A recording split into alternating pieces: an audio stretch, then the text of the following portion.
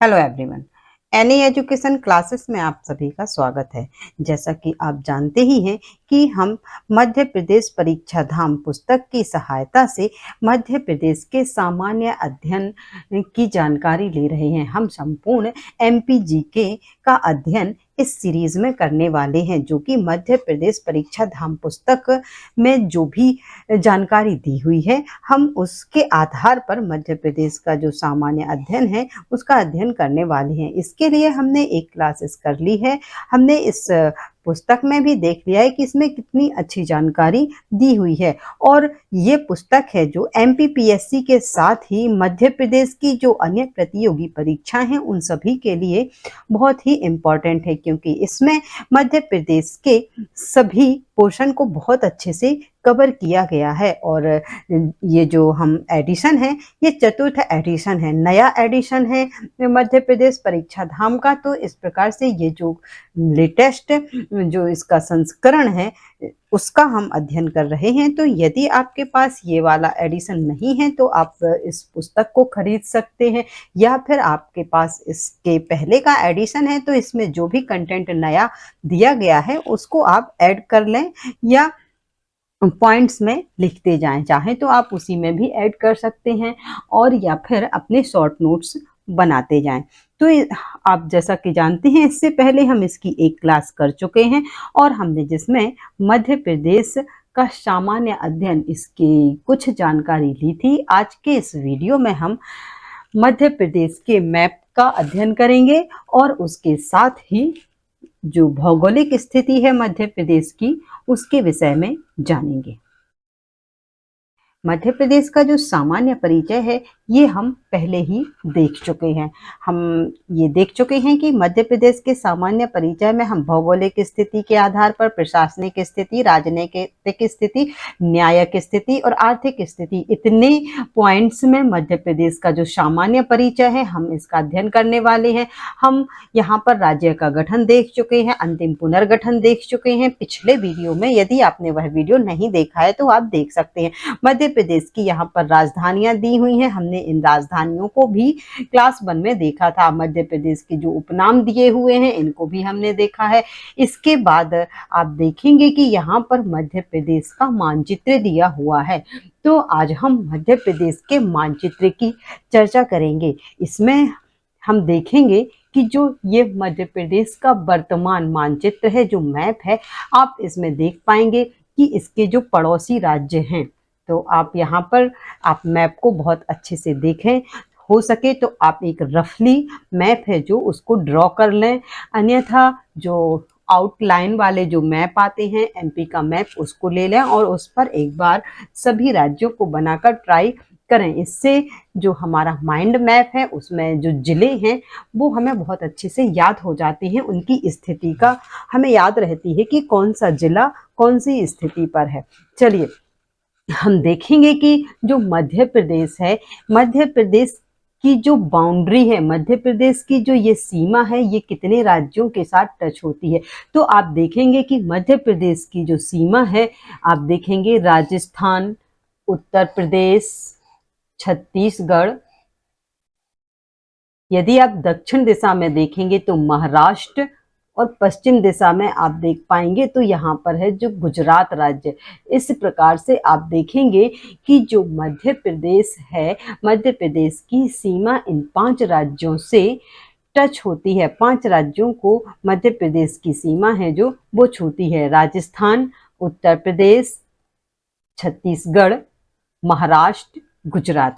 यदि आप दिशाओं के आधार पर भी इनको याद रख सकते हैं कि कौन सी दिशा में कौन सा राज्य है, तो ये हमारी दिशा हो जाएगी पूर्व, ये हमारी दिशा है जो वो पश्चिम दिशा है। यदि आप ऊपर की ओर बात करेंगे तो ये हमारी उत्तर दिशा हो जाएगी, और यदि आप सबसे नीचे की ओर बात करेंगे तो ये हमारी हो जाएगी दक्षिण दिशा। तो इस प्रकार से कौन सा राज्य किस दिशा में है तो आप यहाँ से देख सकते हैं। तो ये जो दिशा है हमारी हो जाएगी उत्तर पूर्व दिशा। तो उत्तर पूर्व दिशा में जो राज्य है वह कौन सा राज्य है? उत्तर प्रदेश। और इसी प्रकार से आप देखेंगे कि उत्तर पश्चिम दिशा में राजस्थान राज्य, पश्चिम में गुजरात राज्य, दक्षिण में महाराष्ट्र राज्य एवं दक्षिण पूर्व दिशा में छत्तीसगढ़ राज्य से मध्य प्रदेश की सीमा है वह लगती है। तो इस प्रकार से आप देखेंगे कि 5 राज्यों से मध्य प्रदेश की सीमा लगती है। इन 5 राज्यों के नाम याद रखना है: राजस्थान, उत्तर प्रदेश, छत्तीसगढ़, महाराष्ट्र और गुजरात। साथ ही हमें इन दिशाओं को भी याद रखना है कि कौन सा राज्य किस दिशा में है मध्य प्रदेश के। तो इस प्रकार से इन राज्यों की स्थिति को हमें याद रखना है। सबसे पहले हम ऐसे जिलों की बात करते हैं जो जिले 2 राज्यों की सीमा को स्पर्श करते हैं, जिसमें सबसे पहले हम देखेंगे तो मुरैना। जो मुरैना जिला है इसको आप देखेंगे, ये है हमारा मुरैना जिला। तो जो मुरैना है ये राजस्थान और उत्तर प्रदेश दोनों जिलों के साथ अपनी सीमा है उसे साझा करता है। दूसरे नंबर पर हम देखेंगे सिंगरौली। जो सिंगरौली जिला है ये भी 2 राज्यों के साथ, जिसमें यूपी और छत्तीसगढ़, इन दोनों राज्यों के साथ अपनी सीमा साझा करता है। नंबर 3 पर हम देखेंगे बालाघाट। जो बालाघाट जो जिला है ये भी 2 राज्यों के साथ, जिसमें कि छत्तीसगढ़ और महाराष्ट्र, इन 2 राज्यों के साथ अपनी सीमा साझा करता है। इसके बाद हम बात करेंगे अलीराजपुर जिले की। तो जो अलीराजपुर जिला है ये गुजरात और महाराष्ट्र, इन 2 जिलों के साथ अपनी सीमा को साझा करता है। इसी प्रकार से हम बात करेंगे झाबुआ जिला की। तो झाबुआ जिला भी गुजरात और राजस्थान, इन दोनों जिलों के साथ अपनी सीमा साझा करता है। इस प्रकार से आप देखेंगे कि मुरैना, नंबर 2 सिंगरौली, नंबर 3 बालाघाट,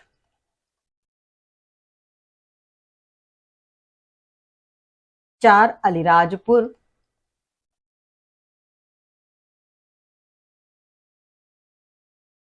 और नंबर 5 झाबुआ। तो ये जो 5 जिले हैं आपने इनको देखा कि ये 2 राज्यों के साथ सीमा साझा करते हैं। इसी के साथ ही आप एक छठवां जिला भी देख पाएंगे जो कि है शिवपुरी। कौन सा है? शिवपुरी। ये भी 2 राज्यों के साथ सीमा साझा करता है। आप यहाँ पर देखेंगे तो इसकी बाउंड्री है जो शिवपुरी की, ये राजस्थान से टच होती है, और यहाँ पर आप देखेंगे तो इस साइड इसकी बाउंड्री है जो यूपी से टच होती है। तो इस प्रकार से आप देख पाएंगे कि ये जो 6 जिले मध्य प्रदेश में ऐसे हैं जिनकी सीमा 2 राज्यों के साथ टच होती है। तो यहाँ पर 6वें नंबर का जो जिला है वो आ जाएगा शिवपुरी। तो इस प्रकार से हमें याद रखना है कि ये जो 6 जिले हैं इन 6 जिलों की सीमा 2 राज्यों के साथ साझा होती है। तो इस प्रकार से आपको इन 6 जिले मुरैना, सिंगरौली, देखिए मुरैना राजस्थान और यूपी के साथ सीमा साझा करता है, सिंगरौली यूपी और छत्तीसगढ़ के साथ सीमा साझा करता है, बालाघाट है जो छत्तीसगढ़ और महाराष्ट्र के साथ सीमा साझा करता है, और जो अलीराजपुर है महाराष्ट्र और गुजरात के साथ सीमा साझा करता है, झाबुआ गुजरात और राजस्थान के साथ सीमा साझा करता है। इसी प्रकार से शिवपुरी राजस्थान और यूपी के साथ सीमा साझा करता है। चलिए अब हम देखेंगे कि यूपी के साथ, उत्तर प्रदेश के साथ मध्य प्रदेश के कितने जिले हैं जो वो सीमा साझा करते हैं। आपको एक रफली डायग्राम के साथ प्रैक्टिस करनी होगी और एक एक जिले हैं जो इनको लिखना होगा, तभी क्या होगा कि आपको ये याद रह पाएगा कि जिलों की स्थिति क्या है। तो देखिए नंबर 1 पर हो जाएगा हमारा मुरैना। हमने अभी देखा कि जो मुरैना जिला है राजस्थान और यूपी दोनों के साथ सीमा साझा करता है। तो उत्तर प्रदेश के साथ जो मुरैना जिला है अपनी सीमा साझा करता है। तो नंबर 1 पर हो गया हमारा मुरैना, फिर हो गया भिंड, नंबर 3 पर हो जाएगा दतिया, फिर दतिया के बाद जैसे हम यहाँ पर आएंगे ये शिवपुरी की सीमा उत्तर प्रदेश के साथ लगती है, और ये हम देखेंगे ये उत्तर प्रदेश का क्षेत्र ही है यहाँ पर। तो शिवपुरी, फिर अशोकनगर, अशोकनगर के बाद जैसे ही हम यहाँ पर आएंगे सागर जिला, सागर के बाद हम यहाँ आएंगे तो आप देख पाएंगे कि यहाँ पर जो छतरपुर है इसकी सीमा भी उत्तर प्रदेश के साथ लगती है। तो ये हो जाएगा छतरपुर 7वें नंबर का। 8वें नंबर पर हो जाएगा हमारा टीकमगढ़। 9वें नंबर पर हो जाएगा निवाड़ी। इसके बाद हम आएंगे पन्ना, तो 10वें नंबर पर हमारा हो गया पन्ना। फिर हो गया सतना, सतना के बाद हो गया रीवा। फिर 13वें नंबर पर हो गया हमारा मऊगंज और 14वें नंबर पर हो गया हमारा सिंगरौली। तो इस प्रकार से आपको ये जो 14 जिले हैं, कितने जिले हैं?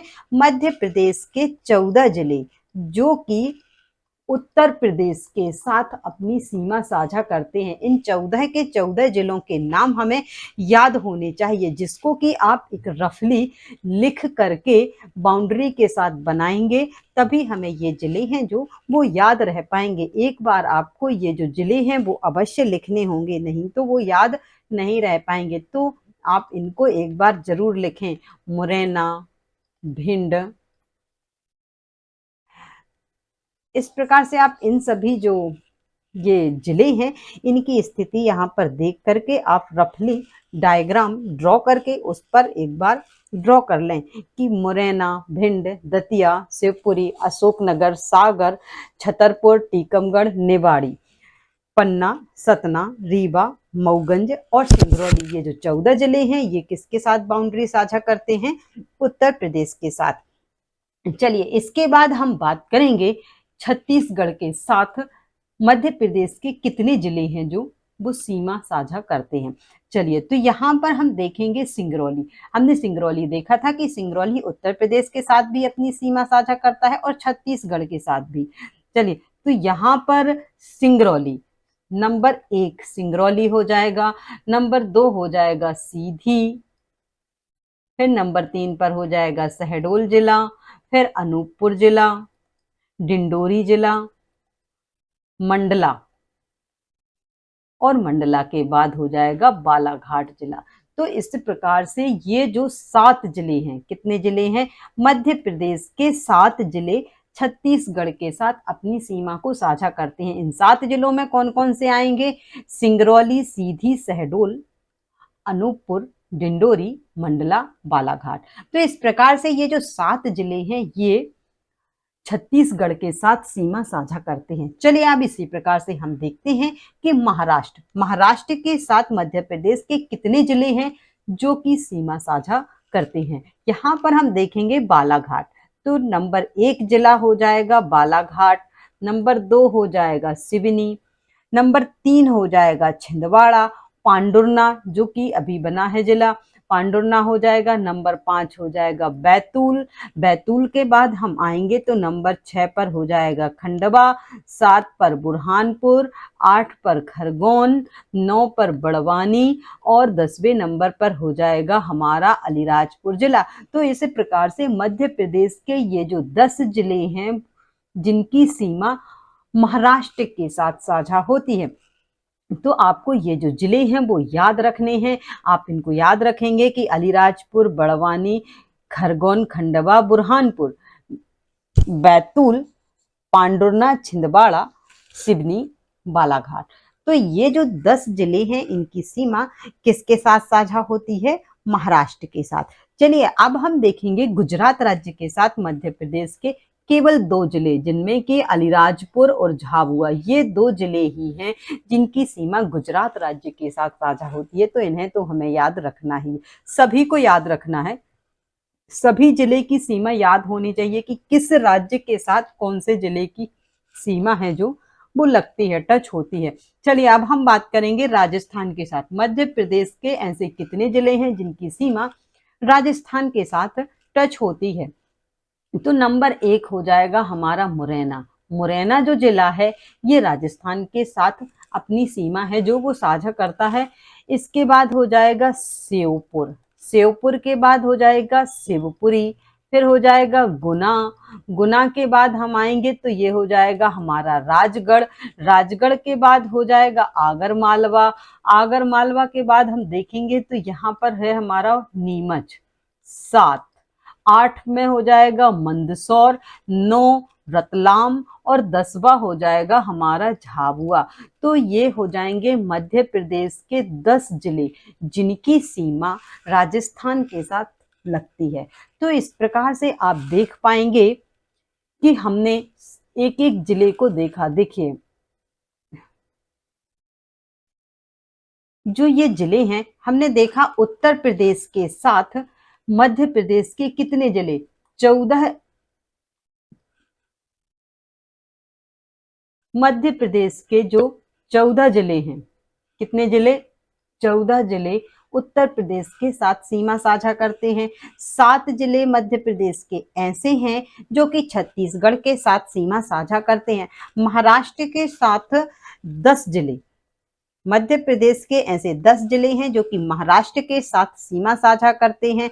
हम गुजरात के साथ मध्य प्रदेश के 2 जिले सीमा साझा करते हैं और राजस्थान के साथ भी 10 जिले हैं जो वो सीमा साझा करते हैं। तो इस प्रकार से हम देखेंगे कि इनमें 6 वो जिले भी हैं जो कि हमने पहले देखे थे, मुरैना, शिवपुरी, सिंगरौली, बालाघाट, अलीराजपुर और झाबुआ। तो ये जो 6 जिले हैं ऐसे हैं जो कि 2 राज्यों के साथ सीमा साझा करते हैं। तो यदि हमें टोटल निकालना होगा कि मध्य प्रदेश के ऐसे कितने जिले हैं जो कि दूसरे राज्यों के साथ सीमा साझा करते हैं, तो यदि हम इन सभी को यदि हम प्लस कर देंगे, 14 यूपी के जिले हैं, छत्तीसगढ़ के 7 जिले हैं, महाराष्ट्र के 10 जिले हैं, गुजरात के साथ 2 जिले सीमा साझा करते हैं और राजस्थान के साथ 10 जिले हैं जो कि सीमा साझा करते हैं। तो यदि हम इन सबको टोटल करेंगे तो हमारे पास आ जाएगा 43 जिले। कितने आ जाएंगे, 43 जिले। चूंकि इसमें 6 जिले ऐसे भी हैं जो कि दोनों राज्यों के साथ सीमा साझा करते हैं, तो उन 2-2 बार इसमें काउंट हो गए हैं। तो हम उन 6 जिलों को माइनस कर देंगे तो हमारे पास आ जाएगी संख्या 37, अर्थात 37 जिले ऐसे हैं जो दूसरे राज्यों के साथ सीमा साझा करते हैं। अब इनमें से हमें 6 ऐसे याद रखने हैं कि जो 2-2 राज्यों के साथ सीमा साझा करते हैं। तो इस प्रकार से आप देख पाएंगे कि 37 जिले दूसरे राज्यों के साथ सीमा साझा करते हैं। हमने सभी राज्यों के साथ अलग अलग देख लिए हैं कि कौन सा राज्य कौन सा जिला किस राज्य के साथ सीमा साझा करता है। और ऐसे जिलों की जो संख्या है वो कितनी है, 37। और इन जिलों को, ये जो 37 जिले हैं, इनको कहा जाता है बहिर्वर्ती जिला। क्या कहा जाता है, बहिर्वर्ती जिला।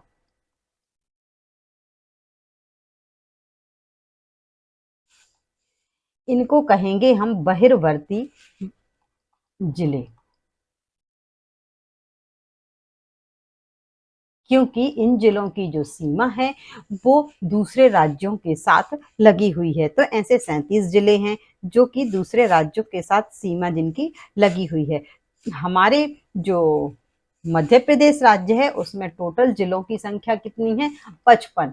तो ऐसे जिले जिनकी सीमा किसी राज्य के साथ नहीं लगती है उनकी संख्या है 18।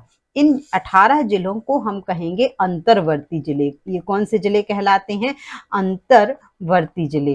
तो इस प्रकार से आप देख पाएंगे ये टोटल हमारे पास हो जाएंगे 55 जिले, जिसमें से 37 जिले हैं जो वो बहिर्वर्ती जिले हैं, अर्थात ऐसे जिले हैं जिनकी सीमा दूसरे राज्यों के साथ लगती है, और 18 जिले हैं जिनकी सीमा अन्य राज्यों के साथ नहीं लगती है। ऐसे जिलों की संख्या है 18।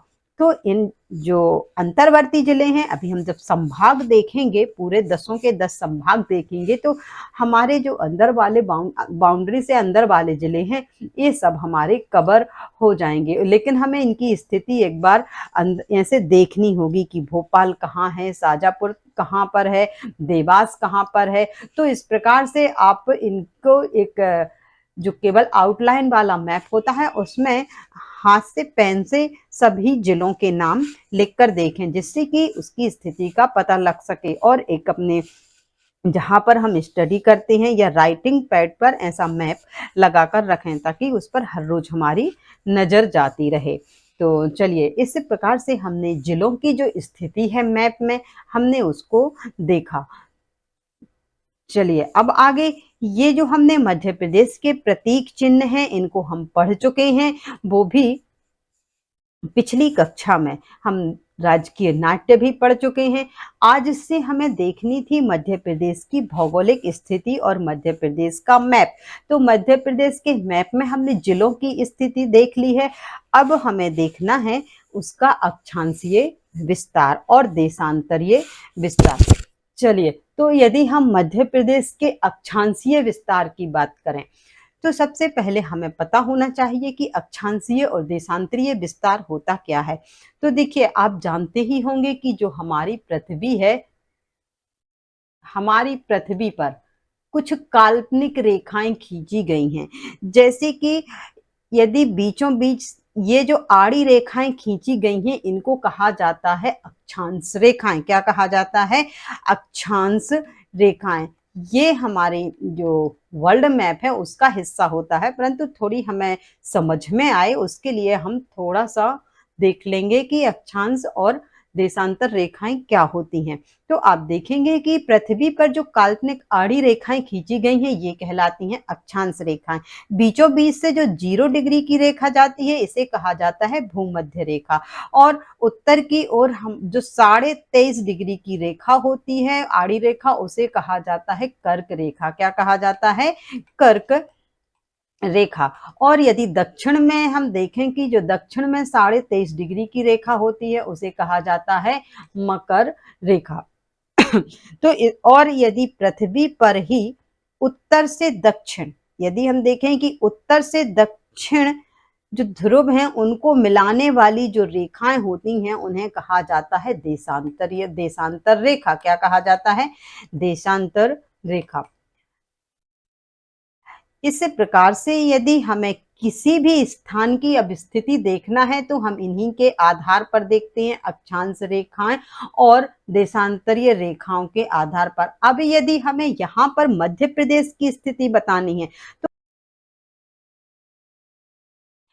यदि हम यहाँ पर देखेंगे कि हमारा जो भारत है, वह उसकी स्थिति कुछ हमें यहाँ दिखाई देती है। ये जो कर्क रेखा है, क्योंकि भूमध्य रेखा के उत्तर में और 0 डिग्री देशांतर रेखा के पूर्व में हमारे जो भारत की स्थिति है, कुछ हमें यहाँ पर दिखाई देगी।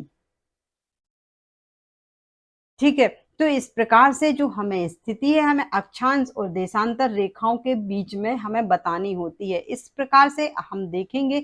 अब हमें मध्य प्रदेश की अक्षांशीय स्थिति बतानी है, तो मध्य प्रदेश की जो अक्षांशीय स्थिति है वो कितनी है?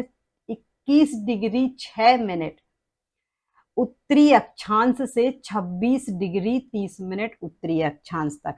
अब यदि हम अक्षांश रेखाओं की बात करेंगे, तो 0 डिग्री अक्षांश तो हमारा ये है, और 23.5 डिग्री कर्क रेखा अक्षांशीय है। तो अब हमें 23.5 डिग्री के कुछ नीचे आना पड़ेगा, जहां की होगी 21 डिग्री 6 मिनट। जहां जो अक्षांश होगा, तो 21 डिग्री 6 मिनट से हमारे मध्य प्रदेश की जो स्थिति है उसकी शुरुआत होगी, और 21 डिग्री से लेकर के कुछ 26 डिग्री 6 मिनट पर मध्य प्रदेश की उत्तर से दक्षिण वाली जो दूरी है वो फिनिश हो जाएगी। अर्थात 21 डिग्री 6 मिनट अक्षांश से लेके 26 डिग्री 6 मिनट तक मध्य प्रदेश की स्थिति होगी, अक्षांशीय स्थिति। चूंकि ये जो भूमध्य रेखा है, इसके उत्तर में है पूरी स्थिति, तो उत्तर से उत्तर की ओर हम बोलेंगे कि 21 डिग्री 6 मिनट उत्तर से 26 डिग्री 30 मिनट उत्तरी अक्षांश तक। इसी प्रकार से अब यदि हम देशांतरीय स्थिति देखेंगे, तो उसमें भी हम देखेंगे कि जो 0 डिग्री देशांतर है, उसके पूर्व में भारत देश की ही स्थिति है, तो मध्य प्रदेश भारत के अंदर ही है, तो उसमें भी हम पूर्व से पूर्व की ओर बात करेंगे। अब हम देखेंगे कि ये तो 0 डिग्री है। अब यहाँ से 74 डिग्री, जो कि 74 डिग्री वाला देशांतर होगा, तो 74 डिग्री से शुरू होगा मध्य प्रदेश का विस्तार। तो 74 डिग्री देशांतर से 74 डिग्री 9 मिनट, 74 डिग्री 9 मिनट से लेकर के 82 डिग्री 48 मिनट अर्थात 82.5 डिग्री तक। इस प्रकार से हम मध्य प्रदेश की जो स्थिति है अक्षांशीय और देशांतरीय रेखाओं के आधार पर हम उनकी स्थिति का पता लगाते हैं। तो इस प्रकार से हमें मध्य प्रदेश की अक्षांशीय स्थिति की बात करें तो ये हो जाएगी हमारी 21 डिग्री 6 मिनट उत्तरी अक्षांश से, उत्तरी अक्षांश से कहां तक है 26 डिग्री 30 मिनट। तो हम जब 21 डिग्री 6 मिनट उत्तरी अक्षांश से और उत्तर दिशा की ओर जाएंगे तो जहां पर हमें 26 डिग्री 30 मिनट का उत्तरी अक्षांश मिलेगा वहां तक मध्य प्रदेश की अक्षांशीय स्थिति है। इसी प्रकार से हम देशांतरीय स्थिति की बात करें तो वो 74 डिग्री 9 मिनट से लेकर के पूर्वी देशांतर, 9 मिनट पूर्वी देशांतर से लेकर के 82 डिग्री 48 मिनट पूर्वी देशांतर तक जो मध्य प्रदेश की देशांतरीय स्थिति है वो होगी। तो इस प्रकार से हमें अक्षांशीय और देशांतरीय विस्तार है मध्य प्रदेश का ये याद रखना है। 21 डिग्री 6 मिनट उत्तरी अक्षांश से 26 डिग्री 30 मिनट उत्तरी अक्षांश, और यदि हम देशांतरीय विस्तार की बात करें तो 74 डिग्री 9 मिनट से 82.5 डिग्री या 82 डिग्री 48 मिनट पूर्वी देशांतर के मध्य में मध्य प्रदेश की स्थिति है। और मध्य प्रदेश की यदि हम उत्तर से दक्षिण की ओर चलिए, हम यदि लंबाई की बात करें उत्तर से दक्षिण, यदि जो मध्य प्रदेश का जो संपूर्ण विस्तार है आप देखेंगे कि हाँ कि जो मध्य प्रदेश है उत्तर से दक्षिण अर्थात मध्य प्रदेश का जो मैप है या मध्य प्रदेश का जो क्षेत्र है, यदि हम उत्तर से दक्षिण की ओर मध्य प्रदेश की लंबाई की बात करें तो वो कितनी होगी 605 किलोमीटर। कितनी है 605 किलोमीटर। और इसी प्रकार से यदि हम पूर्व से पश्चिम की ओर बात करें तो जो पूर्व से पश्चिम की ओर की जो लंबाई है वो है 870 किलोमीटर। अर्थात यदि हम मध्य प्रदेश के पूर्व से पश्चिम की ओर जब हम जाएंगे तो 870 किलोमीटर की जो हमें दूरी है वो पूर्व से पश्चिम दिशा की ओर दिखाई देगी, और उत्तर दक्षिण दिशा में हमें 605 किलोमीटर की जो लंबाई है वो दिखाई देगी। तो ये लंबाई भी हमें याद रखनी है कि उत्तर से दक्षिण 605 और पूर्व से पश्चिम 870। इसी के साथ जो हमने अभी देखा कि 82.5 डिग्री जो हमने देशांतर रेखाएं देखी उनमें से 82.5 डिग्री जो देशांतर रेखा है, कितनी 82.5 डिग्री, वो सिंगरौली जिले से गुजरती है। कहाँ से गुजरती है? सिंगरौली जिले से। तो हमें ये तो याद रखना ही है कि सिंगरौली जिले से जो भारतीय मानक समय रेखा है वो गुजरती है, वो कितनी है 82.5 डिग्री देशांतर। और 80 डिग्री पूर्वी देशांतर, यदि हम देखिए 80 डिग्री पूर्वी देशांतर के पास में जो शहर हैं उनकी यहाँ पर दूरी दी गई है, जिससे कि हमें कभी कभी ये क्वेश्चन आते भी हैं कि 82.5 से पास में मानक समय रेखा से दूरी शहरों की यह कौन सा शहर पास है। तो यदि हमें कुछ शहर याद रहेंगे जो कि निकटतम है तो हमें परीक्षा में आसानी होगी। जैसे कि जबलपुर जिला है जो वो 79 डिग्री 58 मिनट पूर्वी देशांतर पर स्थित है। इसी प्रकार से पन्ना है जो 80 डिग्री 10 मिनट पूर्वी देशांतर पर स्थित है। रीवा जिला है जो 81 डिग्री 18 मिनट पूर्वी देशांतर पर स्थित है। कटनी जिला है जो वो 80 डिग्री 22 मिनट पूर्वी देशांतर पर स्थित है। और भोपाल है जो 77 डिग्री 24 मिनट पूर्वी देशांतर पर स्थित है। इंदौर है जो 75 डिग्री 51 मिनट पूर्वी देशांतर पर स्थित है। तो यदि हमें कुछ शहरों की भले ही हमें देशांतर याद ना रहे, लेकिन जब हमें जिलों की स्थिति याद रहेगी तो हमें सिंगरौली से दूरी के आधार पर हमें निकटतम जो जिले हैं वो याद हो जाएंगे। तो हमें जिलों की स्थिति अच्छे से याद करनी होगी। इस प्रकार से यहाँ पर आप देख पाएंगे कि मध्य प्रदेश का जो मैप है वो दिया गया है।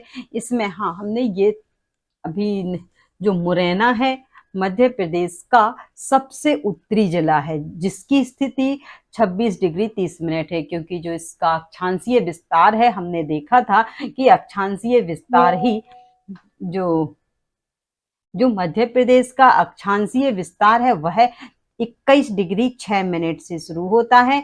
21 डिग्री 6 मिनट उत्तरी अक्षांश से लेकर के 26 डिग्री 30 मिनट। तो जो शुरुआत होती है अक्षांश पर, तो सबसे दक्षिणतम जिला आएगा इस पर बुरहानपुर जिला। कौन सा? बुरहानपुर जिला। अर्थात जो सबसे दक्षिणतम जिला कौन सा हो जाएगा? बुरहानपुर। और सबसे उत्तरी जिला जो हो जाएगा वो कौन सा हो जाएगा? मुरैना। तो ये जो उत्तरी और दक्षिणी जिले ये हमें याद रखने हैं कि सबसे उत्तरी जिला मुरैना, सबसे दक्षिणी जिला बुरहानपुर। इसी प्रकार से सबसे जो पूर्वी जिला है वह कौन सा है? सिंगरौली, जिसकी स्थिति 82 डिग्री 48 मिनट पूर्वी देशांतर पर है। और सबसे पश्चिमी जो जिला है वो हो जाएगा अलीराजपुर, सबसे पश्चिमी जिला 74 डिग्री 9 मिनट पूर्वी देशांतर पर।